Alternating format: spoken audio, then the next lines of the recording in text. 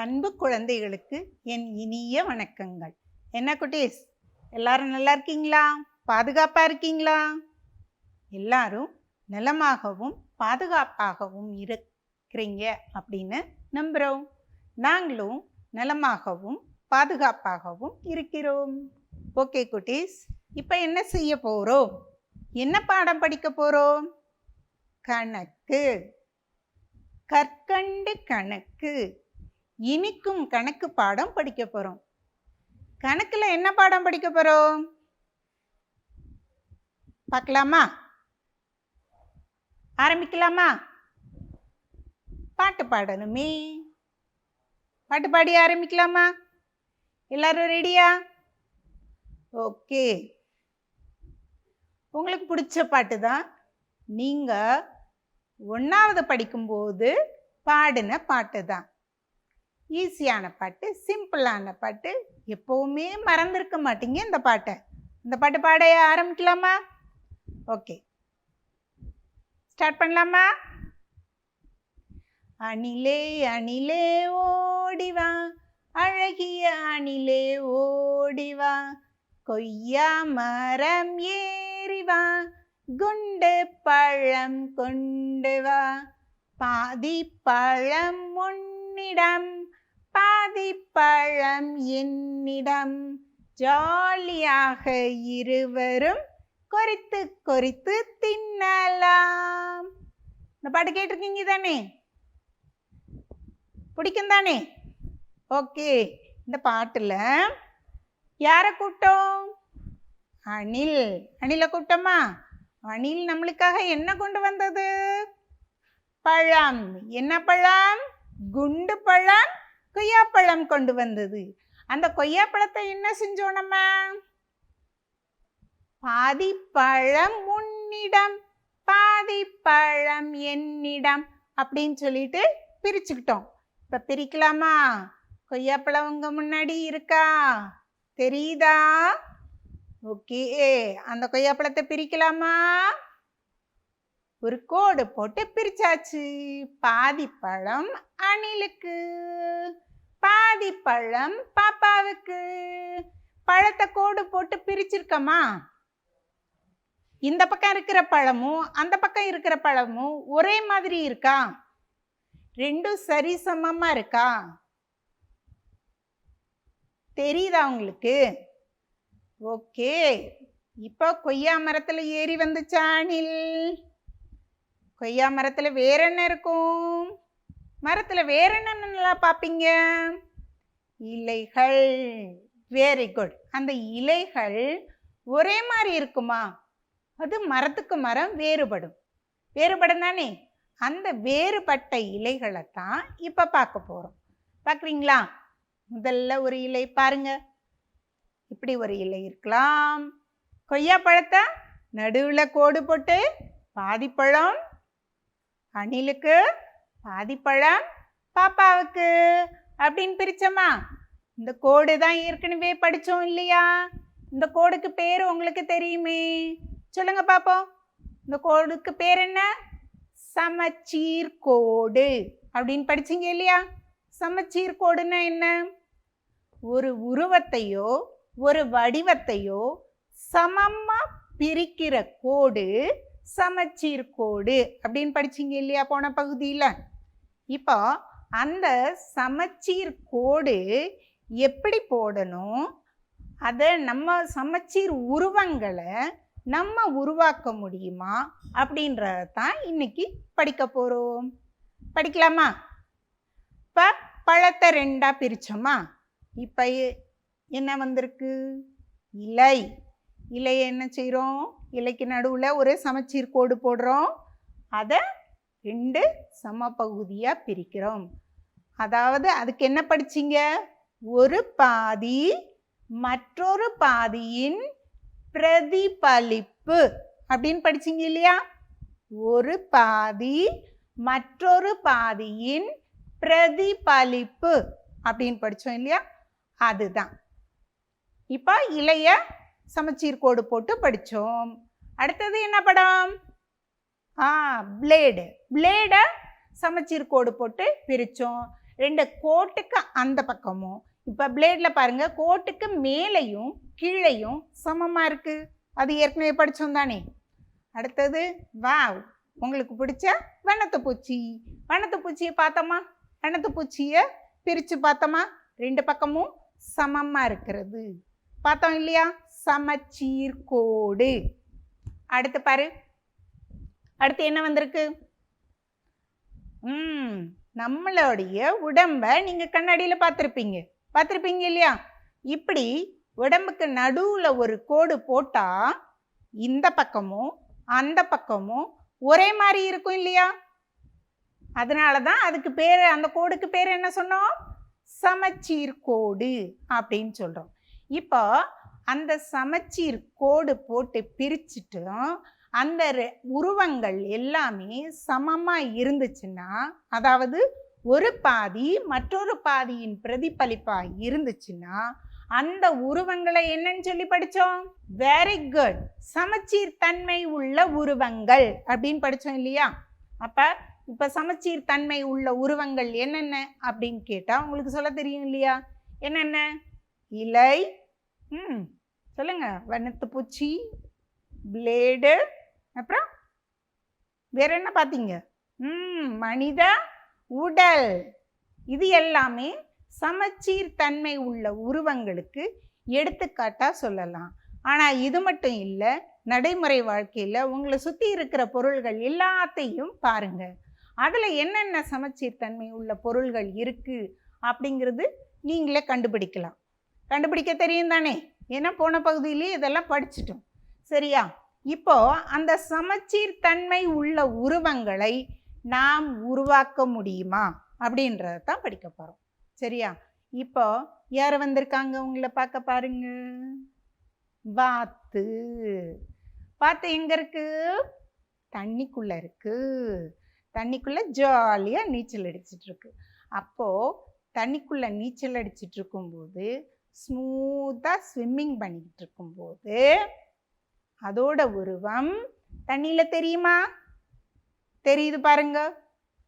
அதோட உருவம் தண்ணியில அப்படியே தெரியுது இல்லையா. அதுக்கு பேரு தான் என்னன்னு சொல்லுவோம், பிரதிபலிப்பு.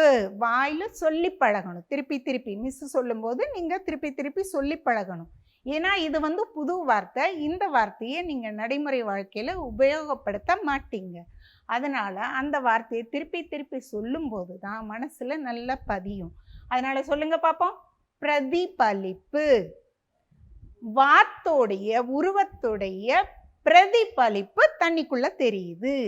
அப்ப இப்போ ஒரு சமச்சீர் உருவம் உருவாயிருக்காங்க. Very good. அடுத்து பாருங்க, அடுத்து யாரு வராங்க, என்னடா அது, என்ன வந்திருக்கு, காட்டுல இருந்து என்ன வந்திருக்கு, புலி. புலி முழுசா வந்திருக்கா, இல்லையே. புலி எப்படி வந்திருக்கு, பாதி வந்திருக்கு. மீதி பாதி எப்படி இருக்கும், வெரி குட், அதே மாதிரி தான் இருக்கும்.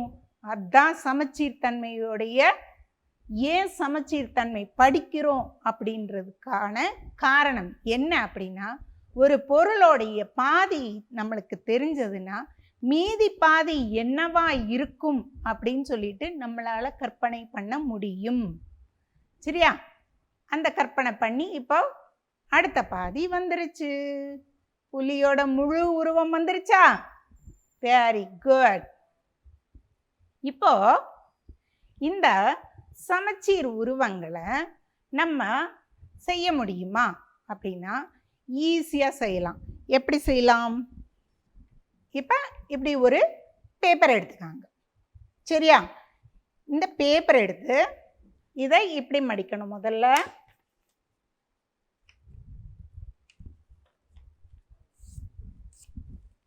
அடுத்து இப்படி மடிச்சுக்கோங்க.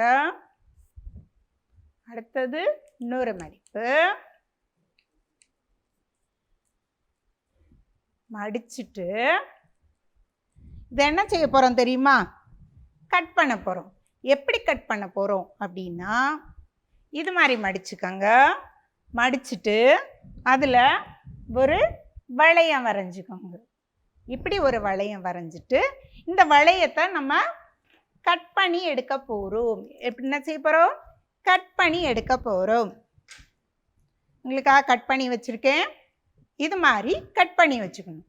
சரியா? இதை கட் பண்ணி வச்சதை இப்போ நம்ம பிரித்து பார்க்கலாமா? ஓகே, வந்துருச்சா? வாவ், அழகான பூ வந்துச்சா? நம்ம எடுத்த பேப்பர் எப்படி இருந்துச்சு? இப்போ அழகான ஒரு பூ வந்துருச்சு. இந்த பூ எப்படி பூ அப்படின்னா சமச்சீர் தன்மை உள்ள பூ. இந்த மடிப்புகள் இருக்கு இல்லையா, மடிப்புகள் விழுகிற கோடு இருக்கு இல்லையா, இந்த கோடு எல்லாமே சமச்சீர் கோடுகள். சரியா? இது செஞ்சிட்டோம். அடுத்து இப்போ ஒரு பேப்பர் பாருங்க. இது என்ன வடிவத்தில் இருக்கு? என்ன வடிவம் இது? செவ்வக வடிவம். என்ன வடிவம்? செவ்வக வடிவம்.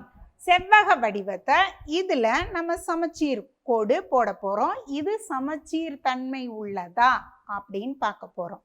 எப்படி பார்க்க போகிறோம்? இதை அப்படியே ஒரு மடிப்பு மடிக்கிறீங்க. மடிச்சாச்சா? மடிச்சுட்டு இப்போ திருப்பி பார்க்குறீங்க. அந்த மடித்த தடம் தெரியுதா? மடித்த அந்த கோடு இருக்கு இல்லையா, அது சமச்சீர் கோடு. அதுக்கு பேர் என்ன? சமச்சீர் கோடு. சரியா? இதுலேயும் நீங்கள் உருவங்கள் செய்யலாம். அது எப்படின்னு சொல்லிட்டு பாருங்க. இதை இப்படி மடிச்சுட்டு ஏபி அப்படின்னு சொல்லிட்டு டாட் வச்சுக்கோங்க.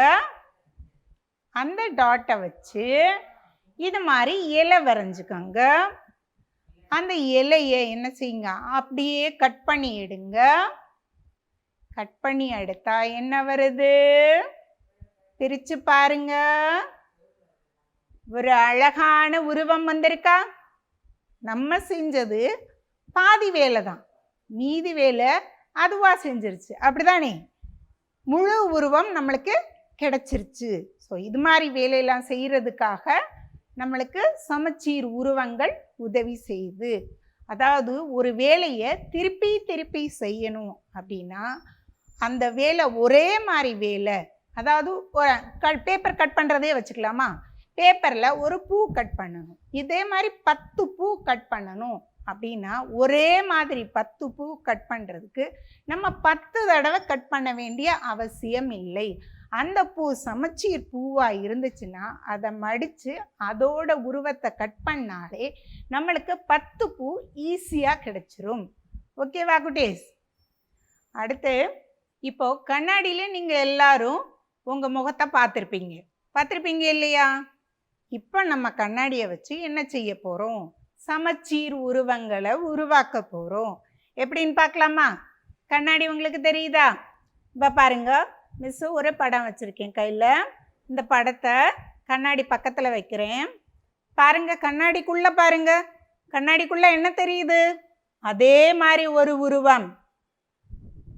இப்போ சமச்சீர் உருவங்களை கண்ணாடி மூலமாக எப்படி உருவாக்கலாம் அப்படின்னு பார்க்க போகிறோம்.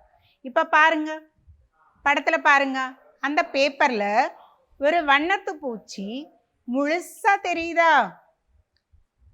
நல்லா கவனிச்சு பாருங்க, முழுசா தெரியுது. ஆனால் அங்கே வரைஞ்சிருக்கிறது எவ்வளோ வரைஞ்சிருக்காங்க பாருங்க. எவ்வளோ வரைஞ்சிருக்காங்க? பாதி தான் வரைஞ்சிருக்காங்க. பாதி வரைஞ்சா போதும், கண்ணாடி பக்கத்தில் வச்சா முழுசா தெரியுது இல்லையா? கண்ணாடி பிரதிபலிப்பு மூலமாக சமச்சீர் உருவங்களை உருவாக்குதல். கண்ணாடியில் பிரதிபலிப்பு மூலமாக சமச்சீர் உருவங்களை உருவாக்குதல். இப்போ அந்த வண்ணத்து பூச்சியை கண்ணாடியில் பார்க்குறோம். பாதி வண்ணத்து பூச்சி கண்ணாடியில் பார்க்கும்போது முழு வண்ணத்து பூச்சியாக நம்மளுக்கு தெரியுது. அதே மாதிரி பிரதிபலிப்பு மூலமாக என்னென்ன உருவங்கள் தெரியுதுன்னு பாருங்க. சமச்சீர் உருவங்கள் தெரியுதுன்னு பாருங்க. இப்படி ஒரு வடிவம் இருக்கா? அந்த வடிவம், அந்த கோடு போட்டது என்னது? கண்ணாடின்னு வச்சுக்கோங்க. இந்த பக்கம் பிரதிபலிப்பு எப்படி இருக்கும் பாருங்க. பிரதிபலிக்கும் பிம்பம். அதுக்கு பேர் என்ன? கண்ணாடிக்குள்ள நம்ம பார்க்குறோம் இல்லையா, அதுக்கு பேரு பிரதிபலிக்கும் பிம்பம். தெரியுதா? ஓகே, அடுத்தது பார்க்கலாமா? அடுத்தது வி. வி மாதிரி ஒரு டிசைன் வந்திருக்கு. வி அது கண்ணாடியில் எப்படி தெரியும் அப்படின்னு பாருங்க. பிரதிபலிக்கும் பிம்பம் எப்படி இருக்கு? அதே வி மாதிரி இருக்கு. ஒரு டிசைன், ஃபுல் டிசைன் வந்துருச்சா? அடுத்தது பார்க்கலாமா? அடுத்தது என்ன பார்க்குறீங்க? அதுக்கு பேர் உங்களுக்கு சொல்ல தெரியுமே, வடிவங்களில் படிச்சிங்கல்ல, அரை வட்டம். அரை வட்டம் மட்டும்தான் இருக்கு. ஆனால் கண்ணாடி வச்சு பார்க்கும்போது பிரதிபலிக்கும் பிம்பத்தோட சேர்ந்து அது எப்படி தெரியும்? ஒரு முழு வட்டமாக தெரியும். அடுத்து ஒரு வடிவம் வந்திருக்கா பாருங்க. 2 கோடு போட்டிருக்காங்க. அதை வடிவம்னு சொல்லக்கூடாது. வடிவம் அப்படின்னாலே மூடிய மூடிய வடிவமாக இருக்கணும். இது மூடாமல் இருக்கு இல்லையா, ஓப்பனில் இருக்குது. அதனால் 2 கோடு ஜாயின் ஆகிருக்கு, 2 நேர்கோடுகள் சேர்ந்து இருக்கு. இது கண்ணாடியில் எப்படி தெரியும்? பிரதிபலிக்கும் பிம்பம் எப்படி இருக்கு பார்த்தீங்களா? முழுசா எப்படி தெரியுது பார்த்தீங்களா? அடுத்து இதில் எத்தனை கோடு போட்டிருக்காங்க? 1 2 3 3 கோடு போட்டிருக்காங்க. அது பிரதிபலிக்கும் பிம்பம் எப்படி இருக்குன்னு பாருங்க. பார்த்தீங்களா? ஸோ சமச்சீர் உருவங்களை உருவாக்குதல். ஓகேவா? எது மூலமா உருவாக்கணும்? கண்ணாடி மூலமா உருவாக்கணும். இப்போ சமச்சீர் உருவங்களை நம்ம இன்னொரு முறையில் உருவாக்க போகிறோம். எப்படி உருவாக்க போகிறோம் அப்படின்னா, ஒரு வெள்ளைத்தாள் எடுத்துக்கோங்க. இது மாதிரி ஒரு வெள்ளைத்தாள் எடுத்துக்கோங்க. அந்த தாளை இது மாதிரி மடிச்சுக்கோங்க. மடிச்சுட்டு மிஸ்ஸு உள்ளே என்ன வைக்கிறேன் அப்படின்றத பாருங்கள். ஒரு நூல், அந்த நூல் மையில் நனைச்சி வச்சுருக்கேன் மிஸ்ஸு. இப்போது அந்த நூலை இந்த பேப்பருக்கு நடுவில் ஏதாவது ஒரு இதில் அப்படியே வைங்க. நூலோட வெளிப்பக்கம் வெளியே இருக்கிற மாதிரி வச்சுக்கோங்க. இப்போ அந்த பேப்பரை இப்படி மடிங்க. மடிச்சுட்டு நல்லா அமுக்கி விடுங்க. அமுக்கி விட்டுட்டு இந்த நூலை அப்படியே வெளியே இழுத்துடலாம். இழுத்துடலாமா? இழுத்துட்டா இப்போ இந்த பேப்பரை பிரித்து பார்க்க போகிறோம். அதில் ஏதாவது வந்திருக்கா அப்படின்னு பார்க்க போகிறோம். நல்லா ப்ரெஸ் பண்ணிக்கோங்க.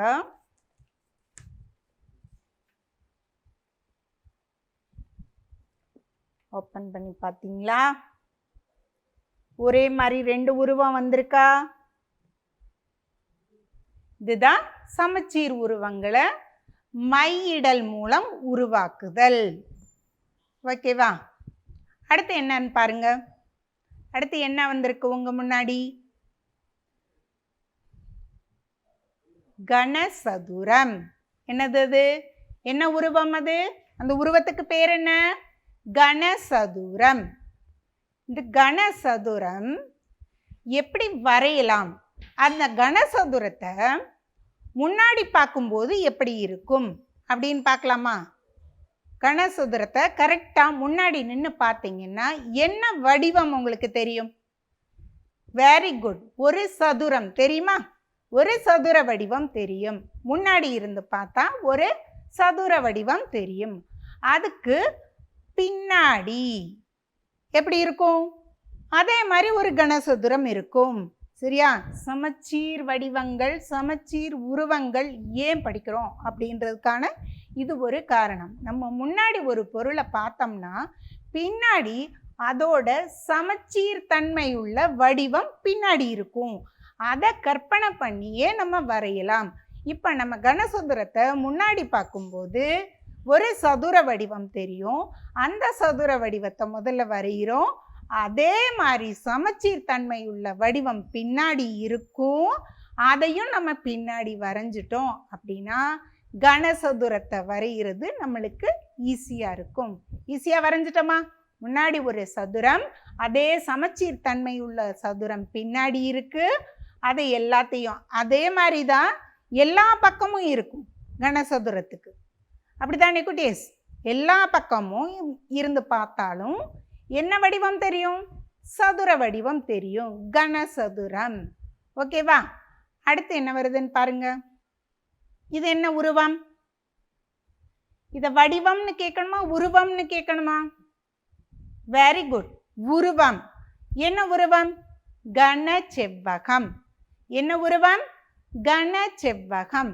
இந்த கன செவ்வகத்தை முன்னாடி நின்று பார்க்குறீங்க. அப்போ உங்களுக்கு என்ன வடிவம் தெரியும்? என்ன வடிவம் தெரியும்? பாருங்க. என்ன வடிவம் தெரியும்? Very good. செவ்வக வடிவம் தெரியும். அப்ப இதே சமச்சீர் தன்மையுள்ள வடிவம் அதுக்கு பின்னாடி இருக்கு. இருக்கா? Very good. இப்போ இது எல்லாத்தையும் ஜாயின் பண்ணோம்னா நம்மளுக்கு ஒரு கன செவ்வகம் கிடைச்சிரும். சரியா? அடுத்து இந்த சமச்சீர் தன்மை எங்கெல்லாம் நம்ம வாழ்க்கையில் பார்க்கலாம் அப்படிங்கிறதுக்கு ஒரு சில எடுத்துக்காட்டுகள். என்ன அப்படின்னா, இப்போ பாருங்க, உங்க முன்னாடி என்ன இருக்கு? என்ன இருக்கு? தாஜ்மஹல். தாஜ்மஹல் இருக்கா? இப்போ இந்த தாஜ்மஹல் கட்டடத்துக்கு நடுவில் ஒரு என்ன போட்டிருக்காங்க? கோடு போட்டு இந்த பக்கமா அந்த பக்கமும் பாருங்க. என்ன தெரியுது? ரெண்டு பக்கமும் சமமா இருக்கா? அப்ப இது இந்த கட்டிடம் ஒரு சமச்சீர் தன்மை உள்ள கட்டிடம் அப்படின்னு சொல்ல தெரியும் இல்லையா? இப்போ இந்த பக்க பாதியை நம்ம டிசைன் பண்ணிட்டோம் அப்படின்னா இந்த பக்க பாதியை டிசைன் பண்றது ஈஸி. அதாவது முழு வேலை செய்யறதுக்கு பாதி வேலையை நம்ம கரெக்டா பர்ஃபெக்டா பண்ணிட்டோம்னா அடுத்த பாதி வேலை நம்மளுக்கு ஈஸி ஆயிரும். சரியா குட்டீஸ்? அடுத்து பாருங்க, அதே மாதிரி ஒரு வீடு இருக்கா? அந்த வீட்டுக்கு நடுவில் இப்படி கோடு போட்டோம்னா இதே மாதிரி சமச்சீர் தன்மையுள்ள வடிவங்கள் ரெண்டு கிடைக்கும். ஓகேவா? அடுத்து என்ன இருக்கு சொல்லுங்க பாப்பா. இது என்னது? தராசு. பார்த்துருப்பீங்க இல்லையா? கடையில் பார்த்துருப்பீங்க. நீங்கள் எல்லாம் சில பேர் வீட்டில் கூட வச்சுருப்பீங்க தராசு. தராசு ஒரு சமச்சீர் உருவம். நடுவில் கோடு போட்டு பார்த்துடலாமா? கோடு போட்டு பார்த்தா இந்த பக்கமும் அந்த பக்கமும் சமமாக இருக்கு. ஸோ அது சமச்சீர் உருவம். இப்போ இந்த தராசு சமச்சீராக இல்லாமல் வேற மாதிரி இருந்துச்சுன்னா நம்மளால சரியா எடை போட முடியுமா? முடியாது. அதனால சில விஷயங்கள் சமச்சீராக இருந்தே ஆகணும் வாழ்க்கையில், நடைமுறை வாழ்க்கையில். சரியா? இப்போ சமச்சீர் உருவங்கள் எப்படி உருவாக்குறது அப்படின்னு சொல்லிட்டு பார்த்தோமா? இப்போ எல்லாம் உங்களுக்கு புரிஞ்சிருச்சா அப்படின்னு செக் பண்ணலாமா? மதிப்பீடு. உங்க முன்னாடி என்ன வந்திருக்கு? எம் அப்படின்னு ஒரு எழுத்து வந்திருக்கா? இந்த எம் எழுத்துல ஒரு கோடு போட்டிருக்காங்க. இது கோடு நம்பர் 1. இன்னொரு கோடு போடுறாங்க, கோடு நம்பர் 2. நல்லா கவனிச்சு பார்க்கணும். கோடு 1, கோடு 2 போட்டிருக்காங்க. இப்போ நீங்க என்ன சொல்லணும் அப்படின்னா, இப்போ இந்த கோடு 1 சமச்சீர் கோடா அல்லது கோடு 2 சமச்சீர் கோடா அப்படின்னு சொல்லணும். நல்லா கவனிச்சு சொல்லுங்க பார்ப்போம். இல்லை 2 கோடுகளும் சமச்சீர் கோடுகளா அல்லது எந்த கோடுமே சமச்சீர் கோடுகள் இல்லையா அப்படின்றத நீங்க சொல்லணும். சொல்லுங்க பார்க்கலாமா? இப்போ கோடு 1 வந்துச்சு. கோடு 1 போட்டிருக்கா? கோடு 1 போட்டதுக்கு கோட்டுக்கு அந்த பக்கமும் இந்த பக்கமும் பாருங்க, மேலையும் கீழையும் பாருங்க. வடிவங்கள் சமமா இருக்கா? நோ, சமமாக இல்லை. சமமாக இருந்தாதான் அந்த கோடு என்ன கோடு? சமச்சீர் கோடு. ஆனா இப்போ வடிவங்கள் சமமா இல்லை, அதனால இந்த கோடு சமச்சீர் கோடு இல்லை. ஓகே, அடுத்து இந்த கோடு பாருங்க, 2வது கோடு, கோடு எண் 2. இது பிரிச்சிருக்கா? சமமா பிரிச்சிருக்கா? எம் என்ற எழுத்தை இந்த 2வது கோடு சமமா பிரிச்சிருக்கா? அப்போ இதுதான் சமச்சீர் கோடு. அப்ப கோடு 2வது கோடு தான் சமச்சீர் கோடு. அதுதான் சரியான விடை. ஓகேவா? அடுத்த கேள்விக்கு போலாமா? அடுத்து உங்க முன்னாடி ஒரு வடிவம் இருக்கா? இப்போ இந்த வடிவத்திலையும் ஒரு கோடு போடுறாங்க. கோடு போட்டிருக்காங்களா? இப்போ நீங்கள் என்ன சொல்லணும் அப்படின்னா, இந்த கோடு சமச்சீர் கோடா அப்படின்னு சொல்லணும். சமச்சீர் கோடுனா திருப்பி சொல்கிறேன், என்ன இருக்கணும்? அந்த கோடு போட்டுட்டா கோட்டுக்கு அந்த பக்கமும் இந்த பக்கமும் வடிவங்கள் சமமாக இருக்கணும். அதானே சமச்சீர் கோடு. ஆனால் இங்கே இல்லை. அப்போ இது சமச்சீர் கோடு இல்லை அப்படின்றது தான் சரியான விடை. ஓகேவா? அடுத்து பார்க்கலாமா? இப்போ ஒரு எழுத்து உங்கள் கண்ணு முன்னாடி இருக்கு, ஹெச். ஹெச்னு ஒரு எழுத்து இருக்கா? இதில் எத்தனை சமச்சீர் கோடுகள் வரைய முடியும் அப்படின்னு நீங்கள் சொல்லணும். சரியா? ஒன்றாவது ஆப்ஷன் 4, ரெண்டாவது ஆப்ஷன் 3, மூணாவது ஆப்ஷன் 1, நாலாவது ஆப்ஷன் 2. வரைஞ்சி பார்த்துடலாமா? பாருங்க, இது சமச்சீர் கோடா? இதை கரெக்டாக சொல்ல தெரியுமே உங்களுக்கு. Very good. ஒரு கோடு போட்டுட்டோம், அடுத்து ரெண்டாவது கோடும் போட்டுட்டோம். Very good. அது வேற கோடு போட முடியுமா? அதில் கோடு போட்டால் அது சமச்சீராக இருக்குமா? இருக்காது. அப்போ இதுக்கான விடை என்ன? எத்தனை சமச்சீர் கோடுகள் வரைய முடியும்? 2 அப்படின்றது தான் சரியான விடை. ஓகே, அடுத்த கேள்விக்கு போகலாமா? அடுத்த கேள்வி பாருங்க. எந்த மரம் சமச்சீர் வடிவம் கொண்டது? 2 மரம் கொடுத்துருக்காங்க. 1வது மரம், 2வது மரம். இந்த 2 மரத்தில் எது சமச்சீர் வடிவம் கொண்டது? அதாவது மரம்னாலே உருவம், சமச்சீர் உருவம் எது அப்படின்னு நீங்கள் சொல்லணும். மரம் 1, மரம் 2, 2 மரமும் சமச்சீர் வடிவம் கொண்டது, 2ம் இல்லை. கண்டுபிடிங்க பார்க்கலாம். ஈஸியாக கண்டுபிடிக்கலாம் இல்லையா? Very good. மரம் 1ன்றது தான் சரியான விடை. அதுதான் கோட்டுக்கு இந்த பக்கமும் அந்த பக்கமும் சமமான அளவுகளில் வடிவங்களை கொண்டிருக்கிறது. அடுத்தது ஒரு எழுத்து உங்கள் கண்ணு முன்னாடி இருக்கு. என்னது எழுத்து? பி. இப்போ இந்த எழுத்து சமச்சீர் வடிவமா அப்படின்னு நீங்கள் சொல்லணும். இந்த எழுத்து சமச்சீர் வடிவமா, ஆமாவா இல்லையா அப்படின்னு சொல்லணும். அதாவது சமச்சீர் வடிவம்னா என்ன அர்த்தம்? ஒரு கோடு போட்டு அதை சமமாக நம்ம பிரிக்க முடியுமா? சொல்லுங்க பார்ப்போம். கோடு போட்டு காமிச்சிருக்காங்க, அது சமமாக பிரிக்குதா? நோ, பிரிக்கலை. அப்போ இது சமச்சீர் வடிவம் இல்லை அப்படின்றதான் சரியான விடை.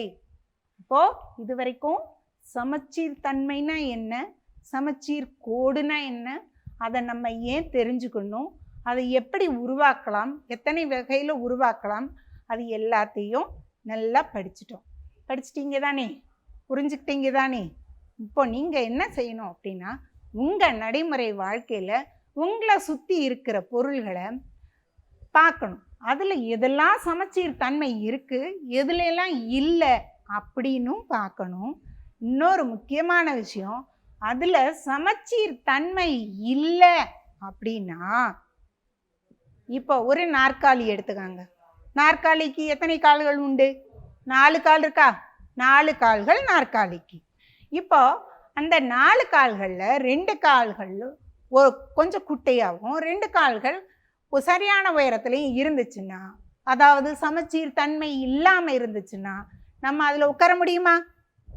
முடியாது. உட்காந்தா என்ன ஆகும்? விழுந்துருவோம்.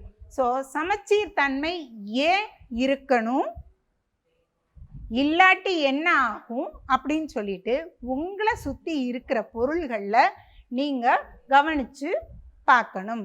சரியா? செய்வீங்களா தானே குட்டீஸ்? Okay, very good. அடுத்த பகுதியில் பார்க்கலாம். தேங்க்யூ.